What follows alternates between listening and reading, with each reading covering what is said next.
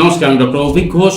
আজকে আমরা পাইলসের ব্যাপারে কথা বলবো। পাইলস বা অশ্ব বা হ্যামারয়েডস, পাইলস বা অশ্ব নিয়ে প্রচুর পেশেন্ট ভুগছে। আজকে আমরা পাইলসের ব্যাপারে কথা বলবো। পেশেন্ট আমার কাছে আজ থেকে 1 বছর আগে এসেছিলেন। আজকে আমরা পাইলসের ব্যাপারে কথা বলবো, পাইলস বা হ্যামারয়েডস। তো উনি 2 বছর ধরে ভুগছিলেন। ব্লিডিং, জ্বালা, যন্ত্রণা সবই একটা পাইলসের যা যা সিমটমস থাকে তাই ছিল। মোটামুটি 2 বছর ধরে ভোগার পরে আমরা 2 মাস দেখেছি। আপনি কেমন আছেন?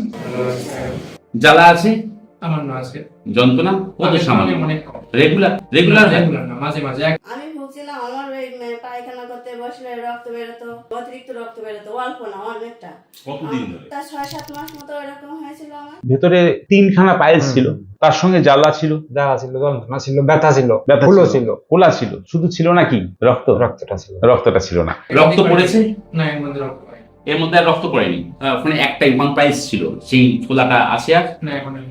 ফোলাটা পাওয়া যাচ্ছে না। 2 মাসের মধ্যে ওনার ক্ষেত্রে যেটা করেছে সেটা হচ্ছে ব্যথা, জ্বালা, যন্ত্রণা সবকিছু এবং রক্ত সবকিছু কন্ট্রোল করার সাথে সাথে ফোলাটাকেও কন্ট্রোল করে ফেলেছে। উনি এখন না ফোলাকে আইডেন্টিফাই করতে পারে না, খুঁজেও পায় না, ফিলও করতে পারেন না। তাই এটাই হচ্ছে হোমিওপ্যাথি ওষুধের সার্থকতা, যেটা কিনা একটা সার্জিক্যাল কেসকে কন্ট্রোল করতে পেরেছে মেডিসিন দিয়ে। একবার মেডিসিন দেওয়ার পরে কতদিনের মধ্যে রেজাল্ট দিল? 1 মাসের মধ্যে, 1 মাস পরে, মানে 2 মাসের মধ্যে আমার রেজাল্টটা মানে আমরা ওষুধ খেতে খেতে আপনার খেতে কমতে কমতে শুরু করেছিল। দিয়ে বন্ধ শেষ হলো কবে? ব্লিডিং বন্ধ হয়েছিল কতদিনের মধ্যে? ব্লিডিং 1 মাসের মধ্যে বন্ধ হয়ে গেছিল। জ্বালা যন্ত্রণা ব্যথা কত জ্বালাটা একদম থাকে না ওষুধ খেলে, হুম ব্যথাটাও কম হয়ে যায়, ফুলোটাও কম হয়ে যায়, তিনটেই কাজ হচ্ছে। তিনটেই ফোলা, জ্বালা, যন্ত্রণা কমপ্লিট হয়েছে। এখন কথা হলো যে লাস্ট ফোলাটা কতদিন আগে সেরে গেছে?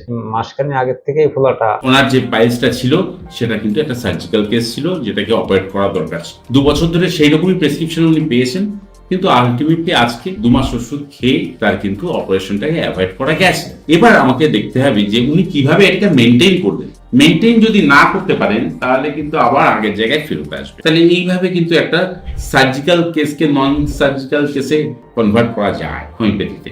এটাই দেখানো হচ্ছে যে হোমিওপ্যাথিতে কিন্তু পাইলসের সুন্দর ট্রিটমেন্ট আছে। আপনারা যারা কষ্ট পাচ্ছেন, আশা করবো একবার হোমিওপ্যাথি, লোকাল যে হোমিওপ্যাথি ডক্টর আছেন তার সঙ্গে পরামর্শ করবেন, সঠিক উপায়টা পাবেন। এটাই দেখানো ছিল। নমস্কার, ভালো থাকবেন।